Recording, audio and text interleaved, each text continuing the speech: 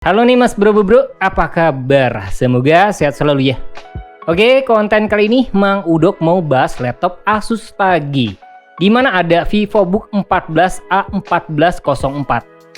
Laptop ini terhitung entry level, terus harga juga terhitung cukup ramah, dan katanya juga banyak fitur menarik. Nah, biar nggak penasaran, pantengin terus video ini, oke?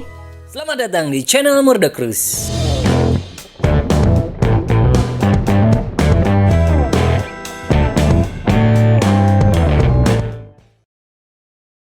Oke bro, hal terbaik laptop ini meskipun kategorinya entry level, tapi ini udah memenuhi standar military grade dengan 26 prosedur pengujian yang ketat. Itu bisa mastiin laptop masih bisa bekerja di kondisi suhu ekstrim, getaran, benturan, dan banyak lagi.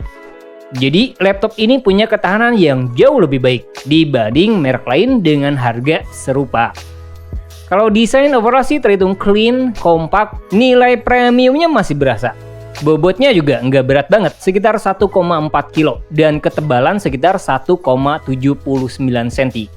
Bukan yang terbaik sih, tapi laptop ini masih nyaman dipakai bepergian. By the way, harga laptop ini dibanderol mulai dari 7 jutaan, khususnya buat varian Core i3 generasi ke-12. Kalau sampel yang dipakai itu pakai Core i5 1335U generasi ke-13. Versi terbaru yang pasti lebih powerful. Cuma harganya itu kisaran 10 jutaan. Angka yang terhitung relatif. Kalau dukungan garansinya itu nyampe 2 tahun plus Windows 11 Home maupun Office Student. Terus klaim garansi laptop Asus juga bisa mudah.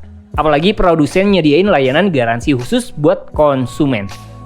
Perlindungan ekstra ini bisa mastiin investasi laptop tetap aman, meskipun terjadi penyalahgunaan yang nggak disengaja.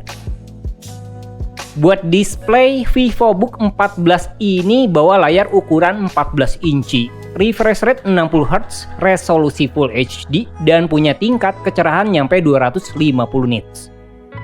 Brightness bawaan masih terhitung oke dan terhitung jernih. Masih ideal buat kebutuhan utama seperti nonton video, main game, dan sebagainya. Cuma kalau pemakaian di luar sih pasti agak terbatas.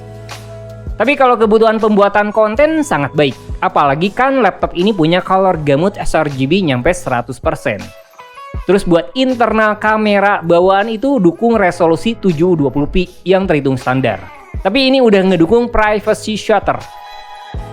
Kalau konektivitas, laptop ini sepenuhnya pakai wireless yang udah ngedukung Wi-Fi 6E versi terbaru.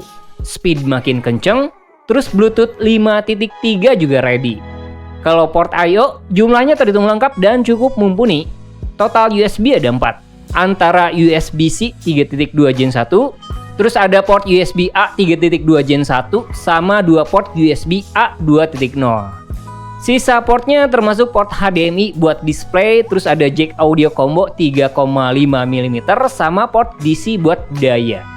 Nah, buat spek internal, tadi kan udah disebut kalau prosesornya itu pakai Core i5 1335U. CPU ini bawa 10 core 12 thread, 2 P-core, 8 E-core. Clock speednya up to 4,6 GHz. Dan CPU ini masih oke banget dipakai buat pekerjaan menuntut. Jumlah core besar tentu ngedukung pekerjaan multitasking, apalagi dibarengi dengan jumlah L3KC nyampe 12 MB. Default TDP itu 15 Watt. TDP kecil setidaknya bisa ngedukung daya tahan baterai jauh lebih lama.